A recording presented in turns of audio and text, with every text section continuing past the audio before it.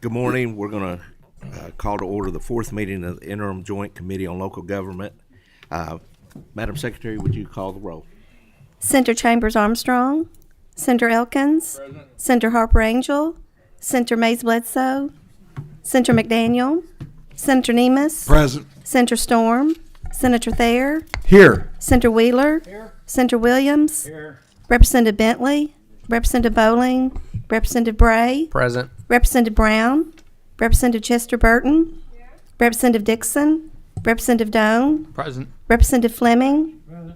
Representative Frazier Gordon, Yes. Representative Freeland, Representative Hart, Here. Representative Imes, Here. Representative Justice, Representative Lockett, Representative Meredith, Representative Proctor, Representative Raymer, Representative Stalker, Present. Representative Stevenson, Representative Thomas, Present. Senator Mills, I'm here. Representative Bridges. Here. Having a quorum present, we are now constituted to do business. Do I have a motion for approval of the minutes for the July 29th meeting? Second. All the minutes are approved. Thank you, ladies and gentlemen. This time I'd like to ask if anyone has a guest they would like to introduce. Seeing none, we will move on and we'll call our first guest to the stand. I think it's the criminal justice.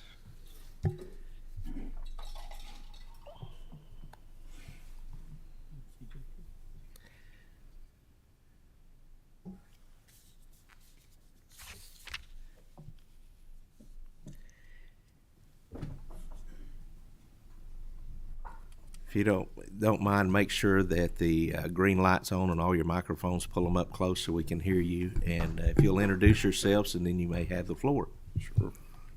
My name is Kevin Rader. I'm the Assistant Director of the Administrative Division at Department of Criminal Justice Training. Deputy Commissioner Mike Bossy, Department of Criminal Justice Training. I'm Chip White. I'm the Assistant Director of Training Operations Division at DOCJT.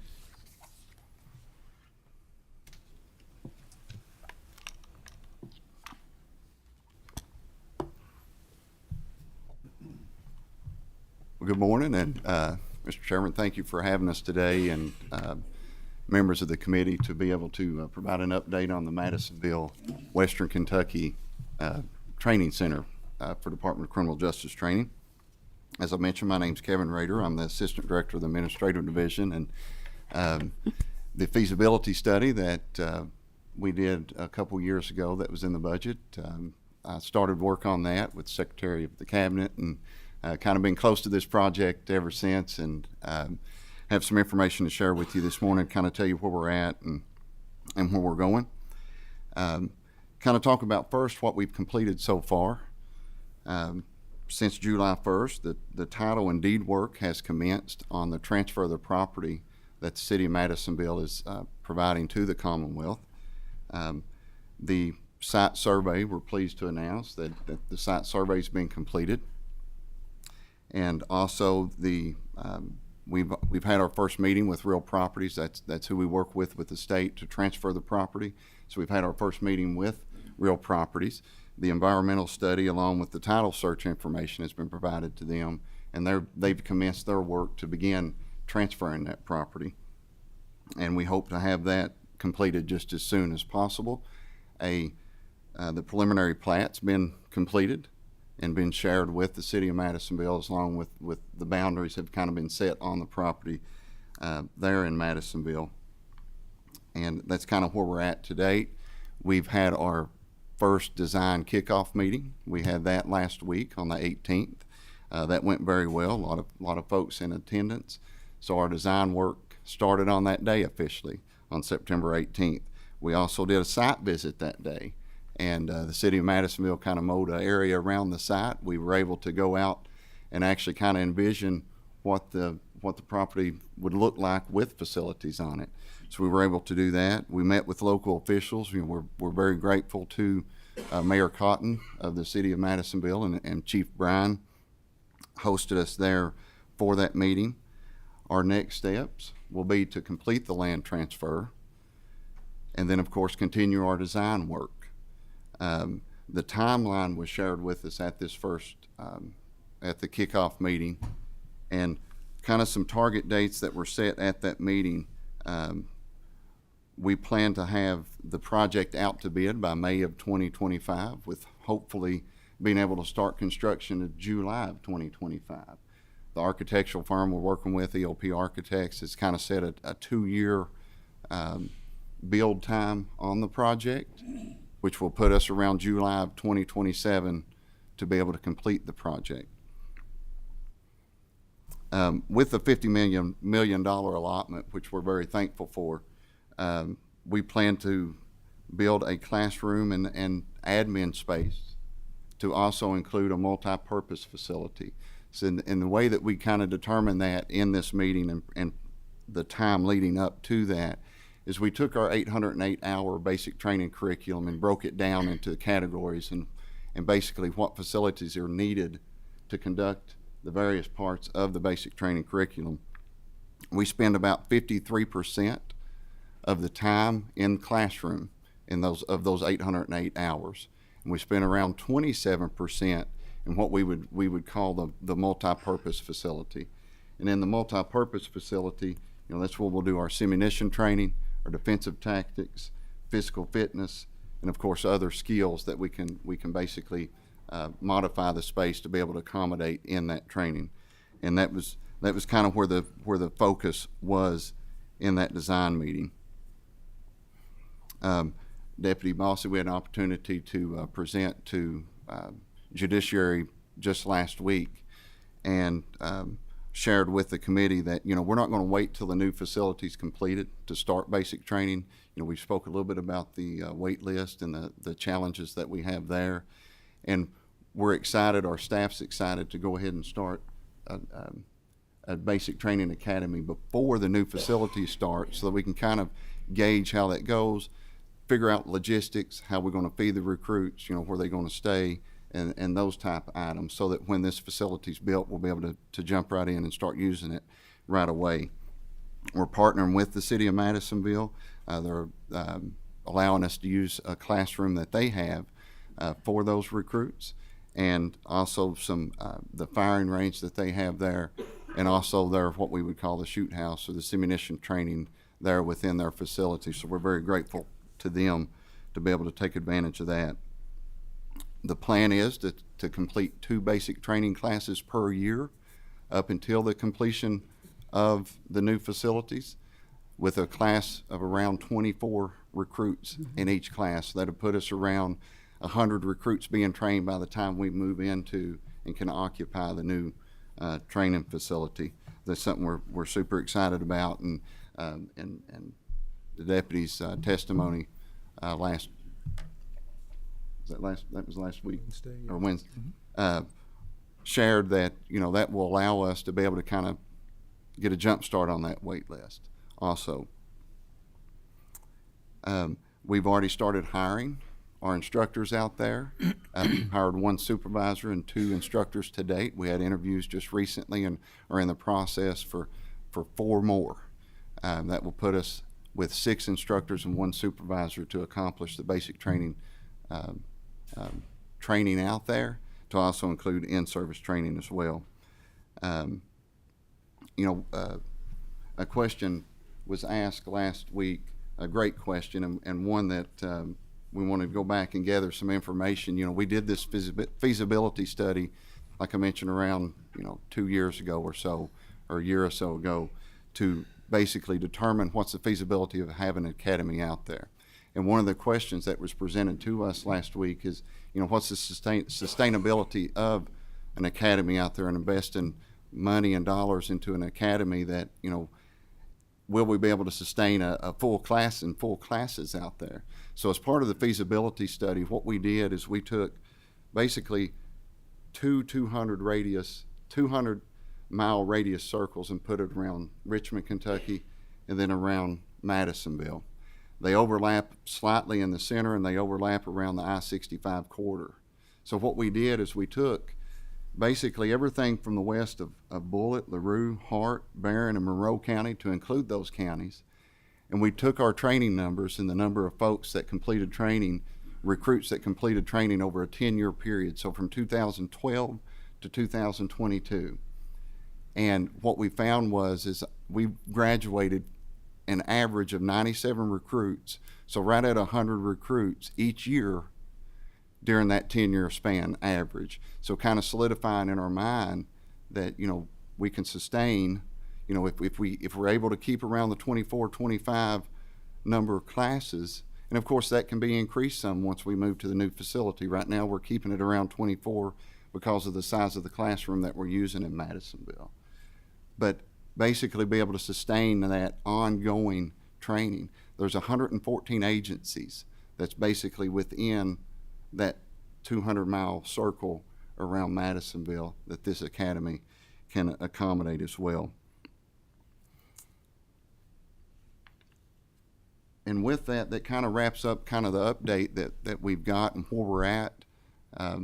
Be happy to entertain any questions.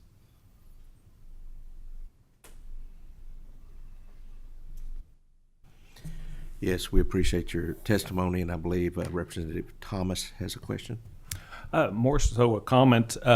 Chief Bryan and Mayor Cotton gave me a tour, probably 6 months to a year of their facility they already have, and it's very nice.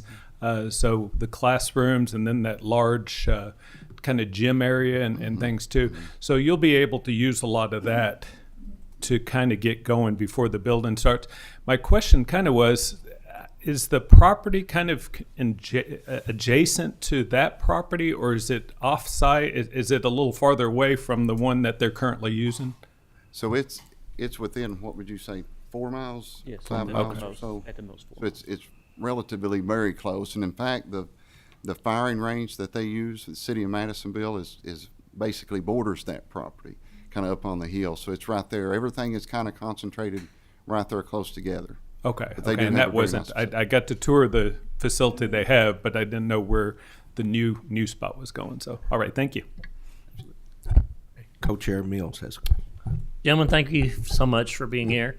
This is a project that we've been working on for the last couple of years, and thankful for your work and input on this, and excited about starting right away next year. I think it's exciting. Can you talk about what your backlog is now, training backlog, and how long folks are waiting to get training on average the last couple of years?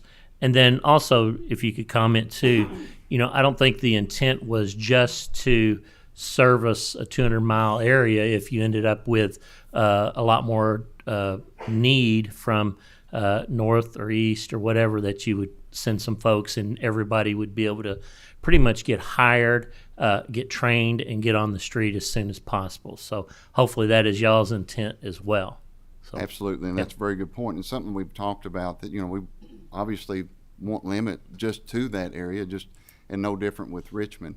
If the numbers are such that there's spaces out there that maybe a western part of the state, someone from that area is not able to take advantage of, absolutely. And it's certainly something we've talked about. And also, one thing before we talk about the backlog and the wait list, something that will help us be able to do as well. We have planned on, once the facility going in is running at least 2 concurrent classes back to back, so that would be 4, and with the ability to go up to 5 out in Western Kentucky based upon the need. So what that does for us in Richmond is basically frees up facilities to be able to provide additional in-service training, because what we run into right now is with our skills-based training, basic training has such a demand on the skills, the driving track, the firing range, and that we're kind of stretched sometimes on what we're able to provide in-service wise. But what that will do is be able to free up some of the facilities there as well. That will also give us some maintenance time that we need, and it's hard to find that sometimes, to also include training as well. And as we progress in Western Kentucky, I think long-term the goal would be, to be able to get some of these facilities and sites similar to what we have in Richmond, driving track, the firing range, and those type things, that type of training can be offered be more readily available to those in Western Kentucky as well. One last note on that I forgot to mention with the feasibility study, if I may. I didn't realize I've kind of kept close to home in my upbringing, not spread across the state a whole lot. We'd go north and south. Didn't realize how far Madisonville was away from Richmond until we made a trip out there. So, you know, when we went out there and back, Yeah. if we did it within our 7.5 hour workday, we had about 30 minutes to talk about, you know, That's right. what it was we were to talk about. One last thing that we looked about and studied on the impact. So let's say those from Fulton and those from the even farther west. You know, when we went, I just felt like I should be in another state driving that long. But actually studying the number of miles that's put on a cruiser for a recruit coming. So if you're in Madisonville, that's around 200 and something miles. So you do the math, you know, coming to Richmond on Sunday, going home on Friday, and doing that for now 18 weeks, what was 20 weeks. You know, you're looking at 7,000 miles on a cruiser. You go on out farther west, you're looking at 10 to 11,000 miles on a cruiser. That's for one person, and maybe if you had two recruits, you could benefit from that as well. So anyhow, those were all things that when we were doing the feasibility study, it went beyond just looking at the property and what can, you know, where would it best, where would it make most sense, and where would it, you know, what would make most sense for as far as what training we do, but looking at the impact as far as that goes as well. And we are, to your wait list question, we are making progress. I came on board 6 months ago. We were at 7 months on our wait list. We've already got it down to 5, and we are implementing larger classes and making sure we start every class with 0 vacancies. And of course, when we start the academy early in 2025, that'll reduce the backlog as well. So. Do you think we'll get to a month or so to where folks can be hired and do a little bit of local training and then go get their DOCJT training very quickly? Yes, sir, I do. I think we're actually targeting 6 weeks because that's what the Kentucky Law Enforcement Council needs in order to get their background, their polygraph, their drug screens, get all that done. And it gives the newly hired officer time to acclimate to the agency so he can apply that to what he or she learns at the academy. So we're trying to get it down to 6 weeks, and I think we'll be there. Right. Well, thank you so much for the work you're doing. Excited about seeing this up and going next year. So thank you. Seeing no further questions, we appreciate your time and thank you for the update. Thank you all. Up next, we have the Firefighters Association, commissioning fire chiefs, and the professional firefighters. So if you gentlemen don't mind to come to the desk.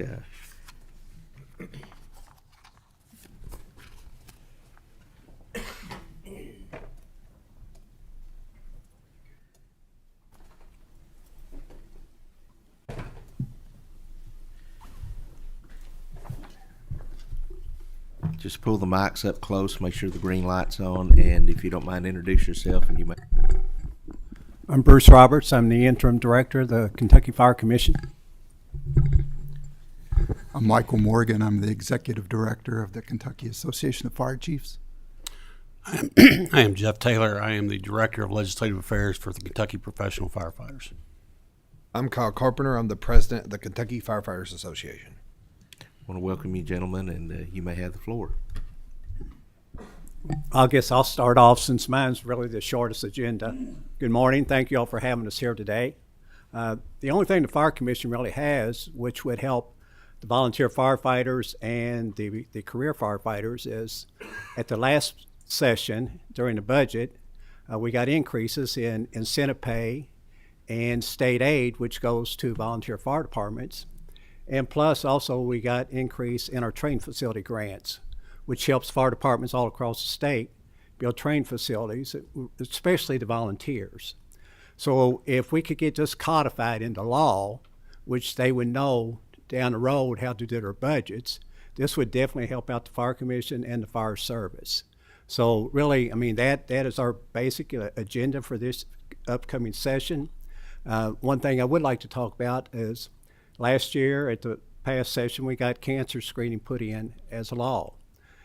If there was a way that we could put some money into that screening program, that would definitely help. As you know, cancer is one of the biggest issues with firefighters nowadays, and our deaths have really risen due to cancer.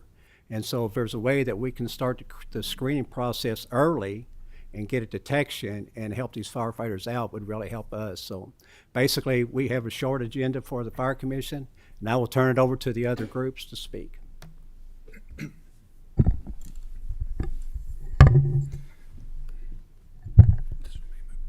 That's all right. I got to.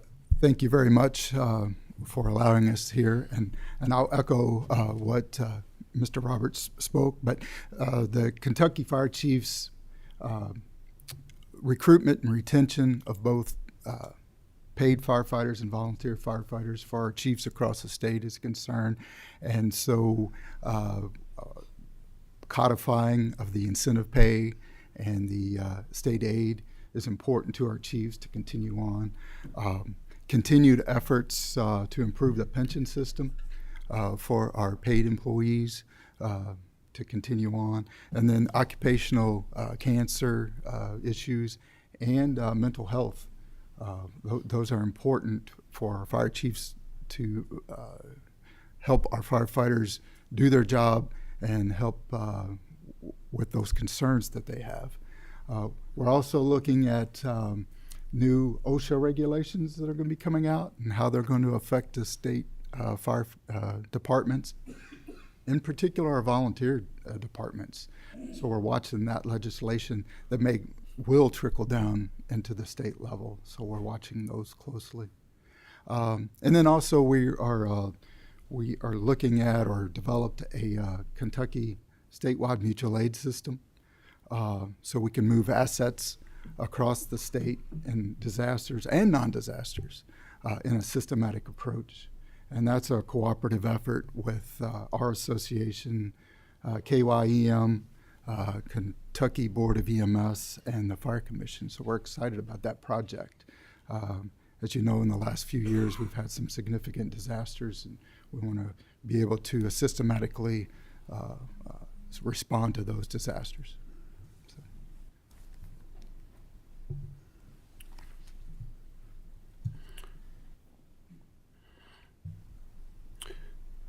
I want to thank Chair and Co-Chair and the rest of the committee members for allowing us to speak today.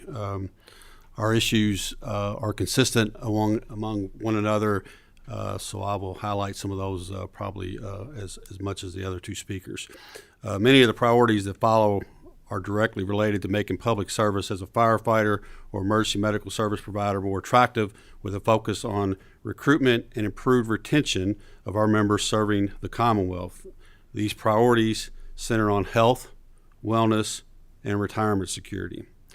The legislature has taken many steps in recent years to examine workforce participation in the Commonwealth, including the Workforce Attraction and Retention Task Force of this interim session. Many of the discussions have focused on how to make Kentucky competitive with neighboring states when competing for workers, with a recent focus upon military personnel separating from service and transitioning to the civilian workforce. A similar focus should be placed on firefighters. As employers have dealt with increasing separation of firefighters, the need to maintain adequate staffing for service delivery to the public while ensuring the safety of responders remains. Often the lack of firefighters results in vacancies that must be filled, often with overtime. If you don't know, I'm a captain with the Louisville Fire Department of about 20 years, and anecdotally, since I've come on, and specifically in 2014, the Louisville Division of Fire had 1,987 people apply for our positions. Today, that number is 649. That's just applicants. That's not who makes the list. That list is far, far less. The correlation can be connected to significant changes to members' benefits that have occurred as a result of a true defined benefit versus the cash balance plan members received post-2014. Kentucky's public employers of firefighters, EMTs, and paramedics must offer a defined pension benefit to be competitive with neighboring states taxpayer dollars train and equip firefighters who leave for West Virginia, Tennessee, Illinois, Indiana, and Ohio to obtain retirement security provided by a defined pension. While employers may view a return to Tier 2 pension benefits as a costly and risky endeavor, such a decision would likely result in greater retention of experienced and well-trained employees and an improved return on investment of taxpayer funds. The decision could be tailored to a local option so that local decision makers can decide how to best structure benefits for their workforce. Additionally, changes to the health retirement benefit that occurred in 2003 have negatively impacted a member's ability to retire. In 2004, with a $15 per year service credit, a person would receive $300 after 20 years of service towards a family plan that had a cost of $644 or 46% of system coverage. The same $300 towards a single plan would have covered 100% plus. Today, due to the COLA increases, the yearly stipend is approximately $22 a year per year of service. The cost is approximately $2,100 for a family plan, $950 for a single plan, or 21% and 46% of systems coverage, respectively. The work of firefighters, EMTs, and paramedics is hazardous. The decision to classify this work into non-hazardous retirement plans to save money does not create a favorable environment for recruitment of people entering the workforce when balanced against the working conditions and increased salaries found in other occupations. Hazardous positions demand the protections of benefits, recognizing the sacrifices made and the negative resulting from working as a firefighter and EMS provider. The evidence supporting the hazardous nature of firefighting continues to grow. In 2022, the World Health Organization IARC division classified firefighting as a Group 1 carcinogenic to humans. This body has completed significant work in recognizing the connection of firefighting to occupational cancer. The enactment of KRS 61.315 related cancer and line of duty death benefits. This body recognized the dangers of cancer to firefighters' vocation when it passed House Bill 323 last session, directing the Fire Commission to reimburse members for annual cancer screenings. The line of duty death benefit for cancer should be expanded to include additional cancers, including reproductive cancers for women. Neuromuscular diseases such as ALS, as well as Parkinson's and Alzheimer's, are increasingly prevalent in the firefighters as compared to the general population. Protections for these conditions should be added so that there can be peace of mind as well as financial support to our members and families after a lifetime of service. Many of Kentucky's neighbors have these existing protections. 38 states have some form of presumptive laws in place. Kentucky has recognized this as an important issue and has done significant work, but work remains, and it's time Kentucky protects its firefighters similarly. On behalf of the Kentucky professional firefighters and all firefighters across this great Commonwealth, we are thankful and appreciative for your help in the past and look forward to a continued strong relationship with each and every one of you. Thank you for your time and attention, and we're happy to answer any questions you may have.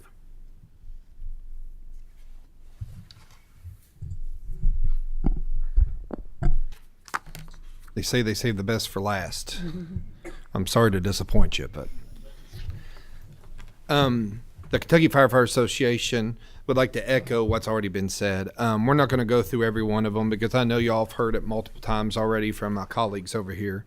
But the one good thing about the fire service, whether it's north, south, east, west, big or small, it's a brotherhood and the problems are felt across the Commonwealth. And the key word is recruitment. Whether if it's career or volunteer, we're having those issues across the Commonwealth. My buddy over here, you said you were captain for Louisville, about the recruitment process and getting applicants. We have the same issue in Maysville, Kentucky, where I'm chief. That when I got hired, we had up to 20 or 22 applicants. Now we normally have 3 when we do a hiring process, if we're lucky. So this ain't a big city problem or a small city problem. It's a Commonwealth problem. So we want to echo the recruitment, try to fix the retirement system, whether it's the moving Tier 3 to Tier 2 or whatever it takes to fix that retirement system. Also with the something we need to look at is we want to amend KRS 61.598, and that's regarding the pension spiking. A lot of us worked during COVID and has worked after COVID, and the lack of recruitment. That's been forced overtime for a lot of firefighters. That's been forced to work for these communities, or maybe even volunteer because they don't want to see their community go shorthanded. And a lot of these firefighters that are about to retiring now are getting hit by pension spiking, and they're losing part of their retirement because of how the spiking and the definition of that in the KRS. So that's something we need to look forward to. These people shouldn't be punished for serving their community during a time of crisis like COVID. So, and then also with the retirees, we're also supporting annual cost of living increases for all retired firefighters participating in the Kentucky Public Pension Authority. Another issue is firefighters' first day of employment is also their participation in the KPPA. That's one thing we'd like to push. I was a part of one of them firemen that got hired, and I had to wait 6 months before I got to be in the KPPA. So that's an extra 6 months on top of the extra time I've already been added compared to my colleagues beside me. A big issue that the KFA also would like to push is KRS 75 and increasing it. That KRS was introduced in 1944, and it has not changed. I want y'all to think of a definition of a fireman. A definition of a fireman in 1944 was just that. They fought fires. The definition of a fireman today is not that. We've added so much more on the plate than firefighting, whether it's tactical rescue, it's water rescue, it's machinery rescue. We've added all these other tasks to firemen, but we haven't updated the laws for the funding. And so we're trying to support more tasks with the same amount of funding, and it's just not working out. So we would like to work with you all and work with the Commonwealth on trying to increase the KRS 75. Also, with being a fireman, a professional firefighter at that, I'm lucky enough that I'm in a city that they consider us hazardous duty employees, but there are cities down the road that do not, and they're doing the same job, and is that fair? So we would like to see the push that firefighters, all career firefighters, professional firefighters, be classified as hazardous duty employees. I'd like to echo my colleagues down there that we would also like to see an increase in incentive pay, and also for volunteer firefighters, maybe a tax incentive for volunteering their time.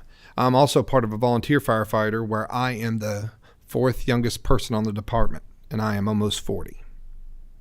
So that shows that a recruitment issue is not also with the professionals, but also with the volunteers. So let's try to get an incentive for people to volunteer and be part of their community and help out the community. That's all I got. Thanks. Thank you. We do have a question from Senator Wheeler. Thank you, Mr. Chairman, and I appreciate your all's presentation, and I think I met with several of y'all last session about a bill to try to assist in recruitment in volunteer firefighting departments in particular. In rural Kentucky, clearly most of the fire departments that you have are volunteer firefighting departments, and I've had several of them in my community close within the last 2 years simply because they cannot maintain sufficient staffing to constitute a viable firefighting force. And clearly that has economic implications not only for the residents living in the area, but also for, bringing in business, since, an ISO rating is and fire protection is something that companies look for when they want to locate into a community. The bill that I filed, of course, had a tax incentive to be a volunteer firefighter, and something I think that I came across this scenario in my law practice where a guy was in between jobs and on unemployment and was a volunteer firefighter and was pretty significantly injured. I mean, it was an injury that, put him out of basically the normal type of laboring job that he would do. He would not be able to go back for that. And you know how much that claim was worth? $0. The guy got zero money for being injured on a job and being put out of that type of work. So I think something needs to be done, and that bill would have kind of addressed that too. I hope to reintroduce it this time to try to ameliorate some of those issues, because it's not only a public protection issue, it's an economic development issue in rural Kentucky to make sure that businesses can be drawn into those areas. So thank you very much for what you all are doing. Representative Hart has a question. You had mentioned the funding aspect in KRS 75. Could you be a little bit more specific and give us a little bit more, tell us a little bit more what your all thoughts are on the direction you want to go with that?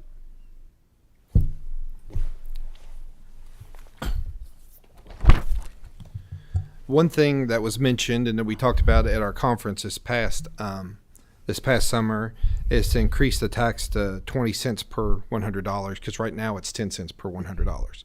So just an increase with that. I don't know if it would fix the issue 100%, but this would be a good start. Okay, thank you. Co-Chair Mills has a question. Gentlemen, thank you for being here today.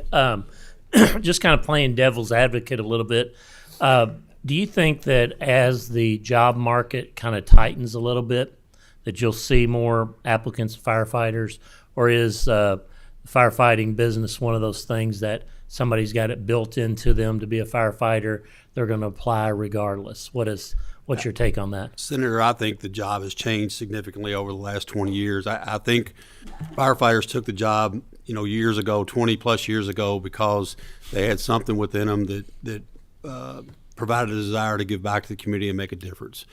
And what I find with the younger generation is we're just another job. And that trend is continued. It's certainly not 100% that way, but that's why we find people that'll take the job. It has a lot of demands on your personal life, on your physical and your mental life, and we're seeing more and more people leave somewhere between the 0 and 5 year mark, and that just didn't happen in the past. So I'm not sure that our job will ever return to that desire, the son that follows his father or the daughter that follows his father. I think that's significantly changed over the years, and I don't know how we correct that from an attitude standpoint, but certainly we're in a competitive market with the Fords and the GEs and the others out there, and we have to look at ways to enhance people to want to be part of this profession. Yep. The other thing that comes to mind is, to my numbers, when you look at 1,987 people that applied for the job back in 2014, it provided us a lot of opportunity to pick and choose who we wanted. So when I point to a number that's 649 now, we'll end up with in Louisville after our polygraphs and our medicals and interviews and things of that nature is a list of about 150. Louisville Fire Department on about an annual but at least 1.5 year basis will hire a recruit class that is anywhere between 30 and 50. We're struggling to hit those numbers. That's a first for us in the last few years, and the quality of person that we're getting is significantly changed is over the course of my career, and you see people that are just happy to go back to the manufacturing facility that they worked at. Some of them are skilled, frankly. I mean, we're seeing more and more applicants with college educations.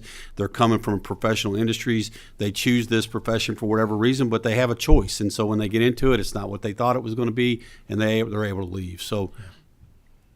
Yep, I mean, and we're seeing that and we're hearing that amongst all jobs and careers, the willingness for younger employees to bounce around and change every 5 or 6 or 7 years. So we've got to figure that out and help you guys. And I will say that y'all have been doing a good job talking about health and health insurance and retirement health, and I think you've been to several of our offices. Yes, and I'd say that there'd probably be something coming in, yes, in this next session where we need to discuss that, because coming out and retiring with a $300 or $400 stipend, and you've got close to $1,000 issue there on just a single policy, you're short $600-700. So we understand that and hear you. Senator, I do want to add that I'll tell most of our younger members I didn't join the fire service until I was 36 years old, and I spent a good amount of time in the private sector as a high level sales manager and had a 401k with that company. And so when I look at what the state of Kentucky offers its firefighters, if it was a 45-year career, that would be a good pension. But it's not a 45-year career, and you don't want your frontline first responders, by and large, to look like me. I'm 56 years old. I'm not kicking doors in anymore. So, we've got to do a better job to get those younger people in, use them, because we're going to send them out different than we got them, and let them move on with life and enjoy some type of retirement with dignity. Thank you. Thank you. Representative Stevenson has a question. Thank you. And if I may, Chair, I have two. Yes, ma'am.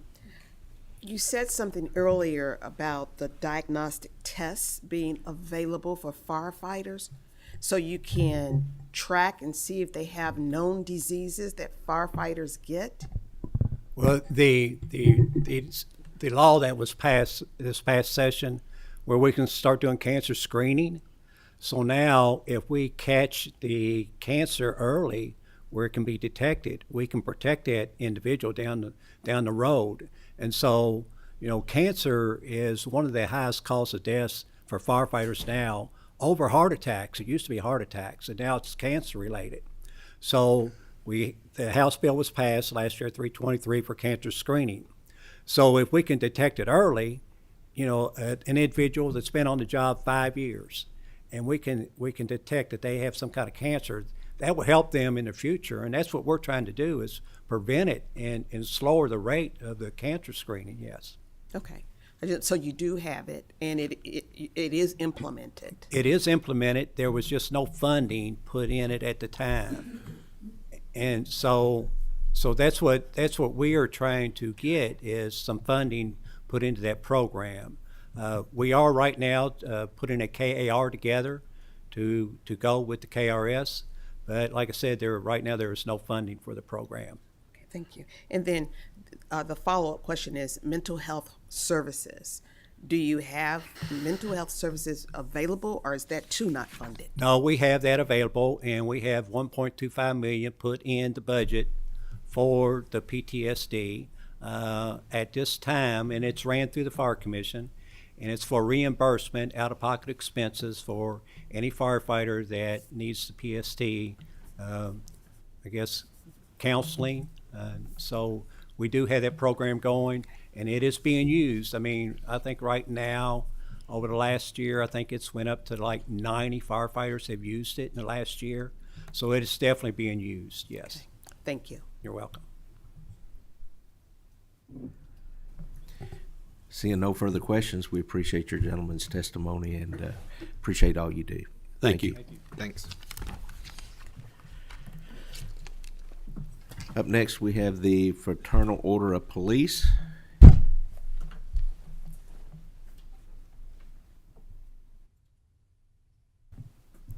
feel severely outnumbered here today. Very much by myself.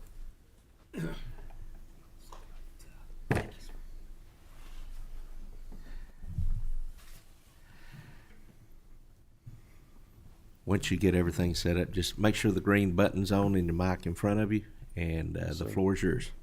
Thank you, Mr. Chairman. All right. Good morning, everybody. How's everyone doing? Ryan Straw, State Vice President and Governmental Affairs Director for the Kentucky State Fraternal Order of Police.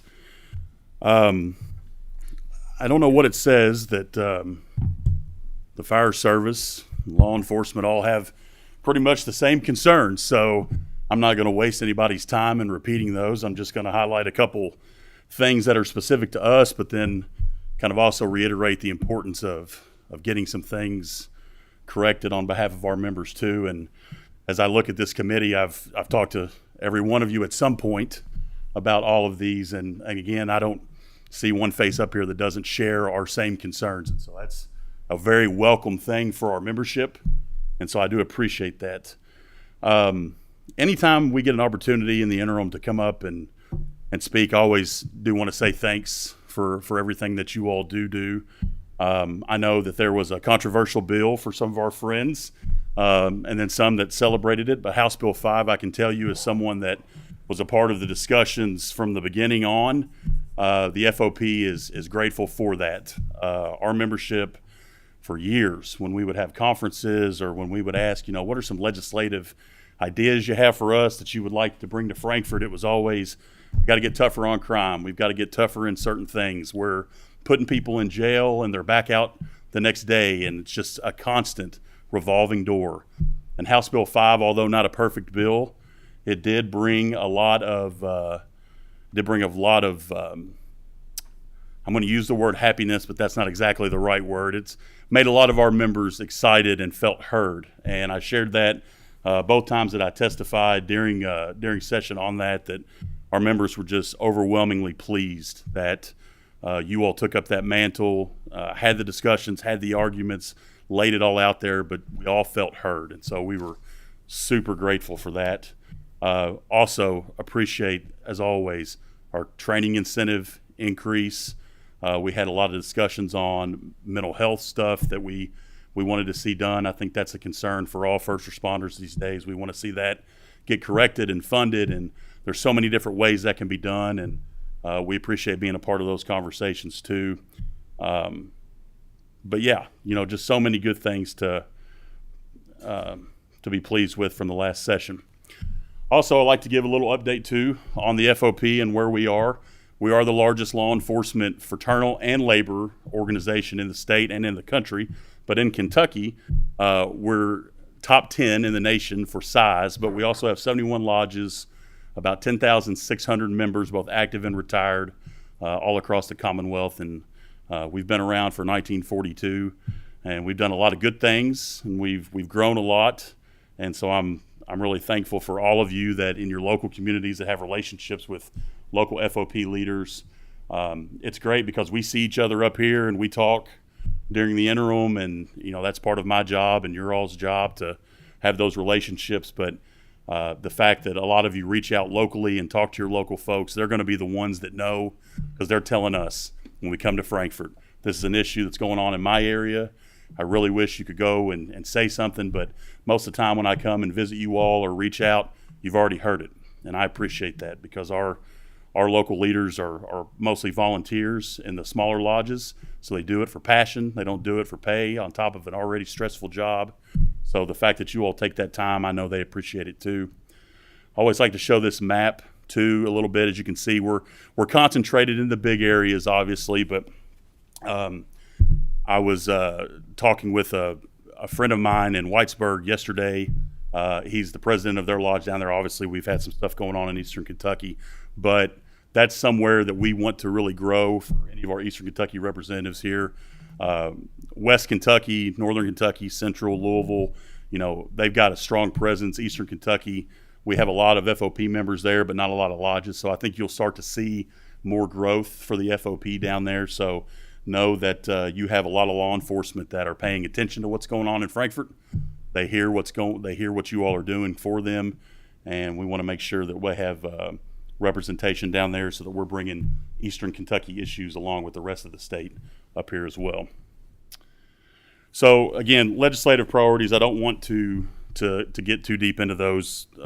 My brothers and sisters with the fire service have really hit hard on those, but I do want to just reiterate the significant need for fixes to the pension system and insurance.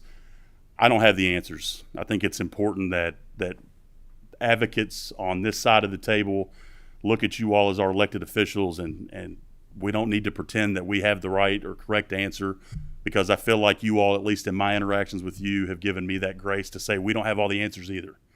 And so as long as we can come to the table and have those discussions, I know that that's productive for everybody involved. I can tell you that in hearing from membership, both as the rank and file that are still on the street to those that wear a chief's badge and in between, recruitment's down, retention is down. The things that we have been doing that have improved things are starting to begin to stall out. We're at a position now where we need to have a discussion about what the next steps could be. How can we evolve? How can we look to what the future is going to be? Jeff Taylor, who was up here just a minute ago, shared something about coming into work, at age 36 even if someone that comes in as a second career or a first career, typically, in my experience, it's been because we loved this. We wanted to serve our communities. That's what we chose to do.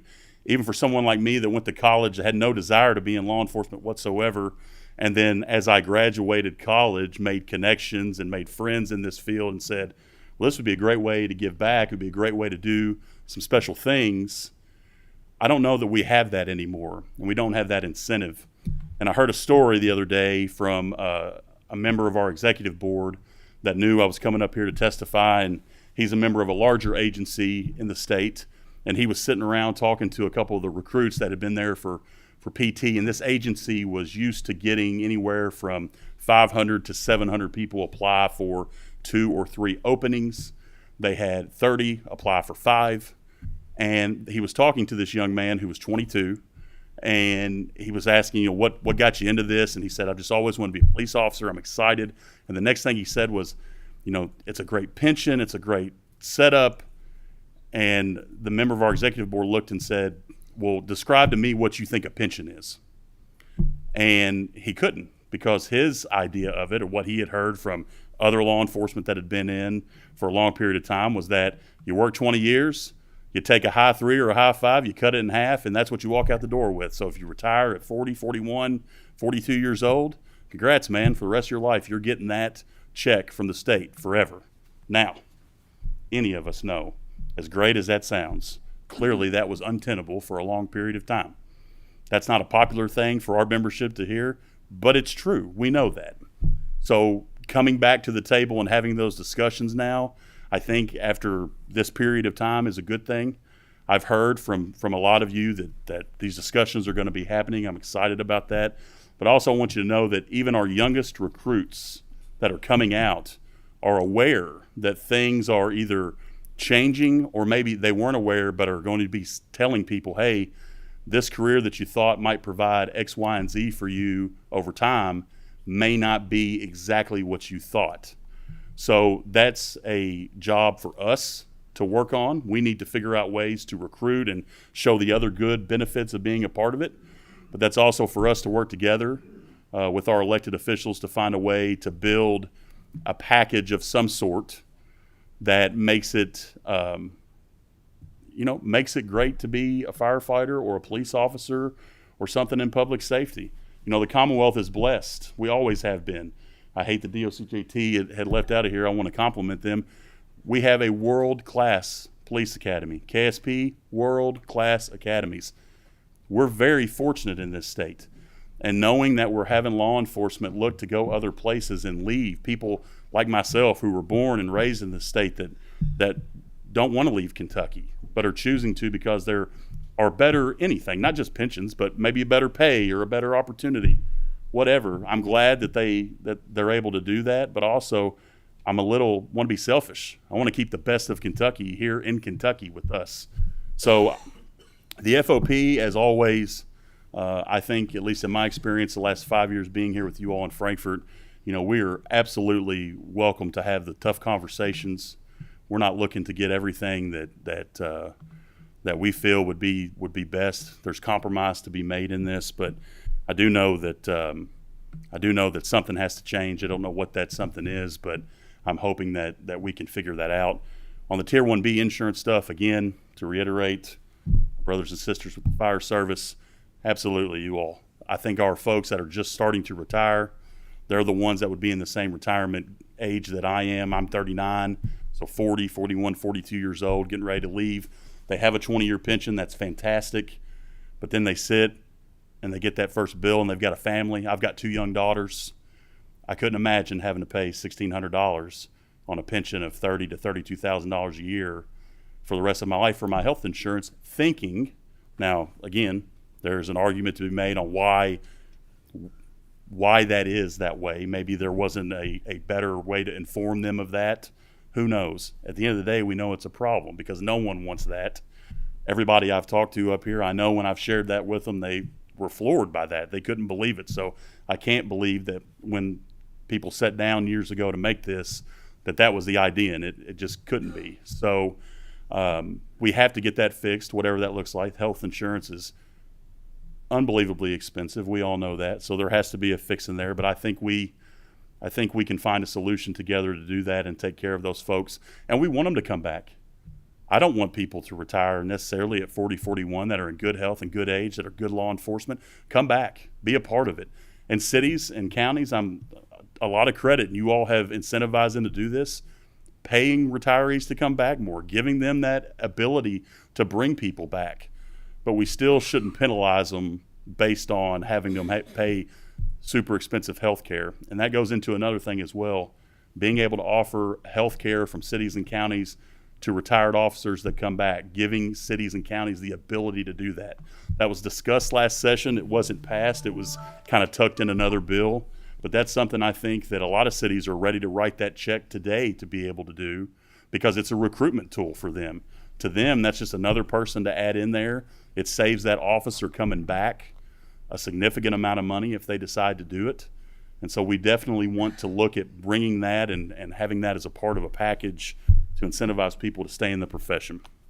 So I'll end with this, and I hate it because it's a sobering thing, but it's really important to always talk about this anytime we have an opportunity to do it in front of influential people, and that is how many officers that we lose and how many we've lost so far this year. And so obviously we know in Russell County we just lost a deputy, Josh Phipps, last week to a line of duty death, which was absolutely horrific.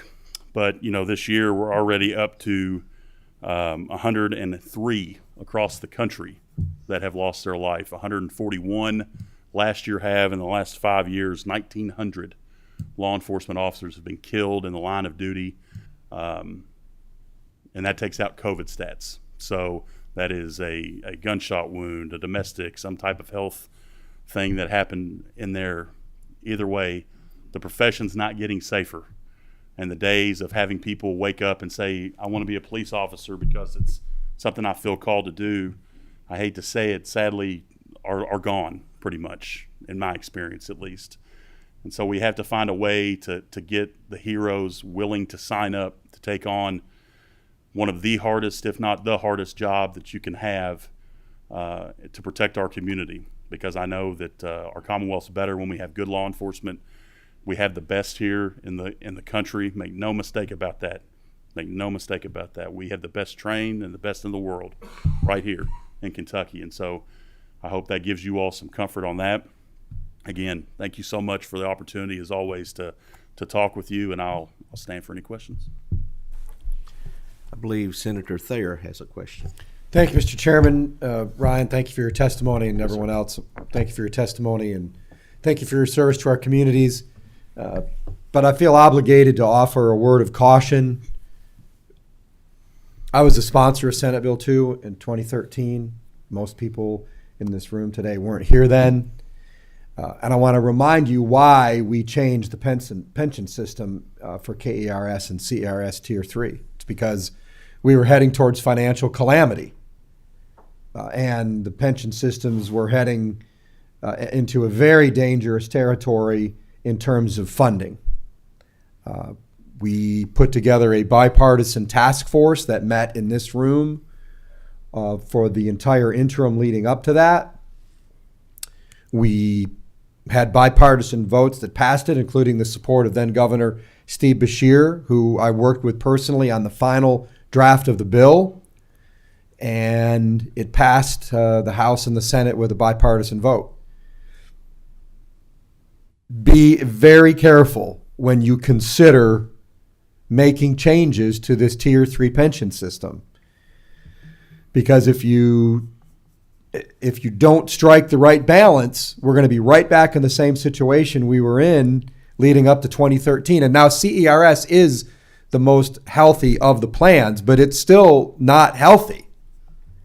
And if you look at the numbers, we are heading in the right direction. The predictions we made when we passed Senate Bill 2 are coming true. The systems are getting to a more healthy place in terms of its funding. And I understand the balance that has to be struck on pay and retirement when it comes to recruiting and retaining people to do these very dangerous jobs.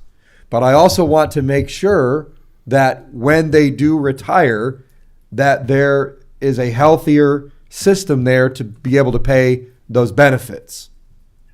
So you're not going to have me here come January to offer these cautionary words.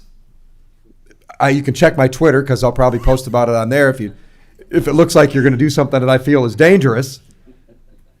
So just a word of caution: proceed carefully, and consider the long term, and actually could be a short term effect on the funding of the systems and its ability to pay the pensions if you make drastic changes and go backwards on the reforms that were achieved in 2013. Thank you for your indulgence. Thank you, Mr. Chairman. Thank you. We always wonder what you're thinking. Mr. Chairman, may I just respond to something Senator Thayer said too? And again, Sure. Senator Thayer and I have had great conversations about this, and he's consider him a friend, and I know his part in Tier 3. And look, this, again, an unpopular statement amongst my membership that I've made and several people have made. You know, Tier 3 for the FOP is a boogeyman, right? It's used as a boogeyman thing, and there are some things that we would love to see different in that.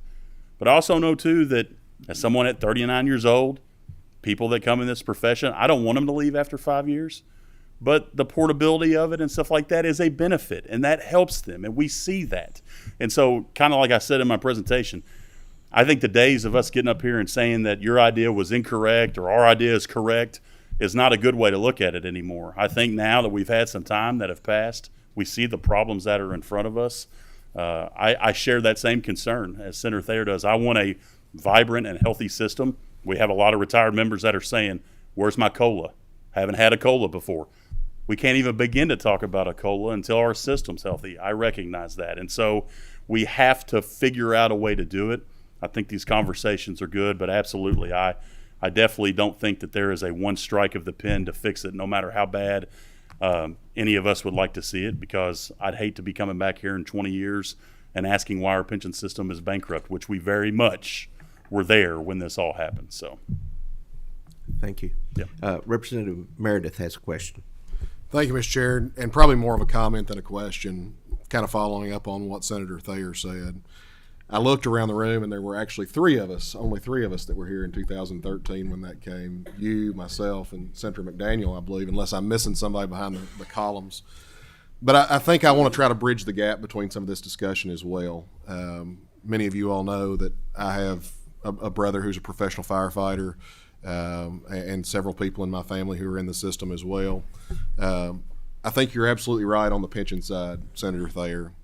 The idea that we will go from a Tier 3 back into a Tier 2 is probably unrealistic at best, with the situation that we had before us and the fact that we're still not, although we are on much firmer footing than we were in 2013, we've still got a ways to go. What I do think the discussion that we can all wrap our arms around and try to work towards is on the healthcare side of things. As Senator Mills mentioned in his comments earlier when the fire folks were here, the reality is I think we created a system in 2013 to deal with the situation and to make sure that at least a single plan was paid for the most part. Sure. And we created a CPI increase in that so that you would try to deal with the inflation cost as well.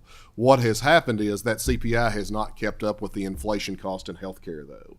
And so I think we do owe it to folks in this profession and these professions to look at how can we craft something to make up for that loss in there, whether it's something that guarantees at least 80 or 90% of a single plan gets paid for, regardless of what the stipend is, whether it's a blanket increase in what that annual stipend is for those folks that reach 20 years in the system.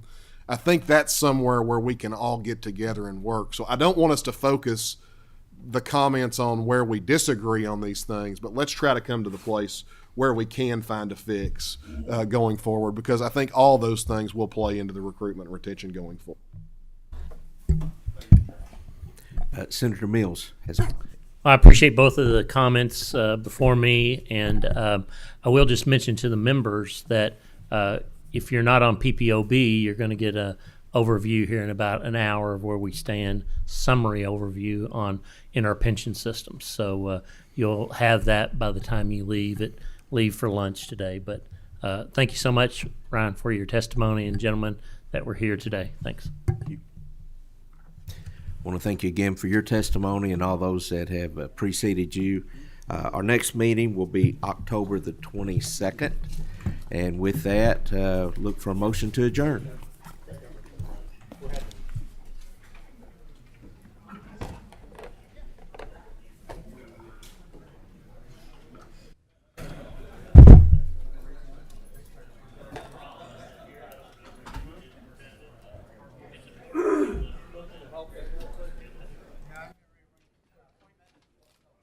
Okay.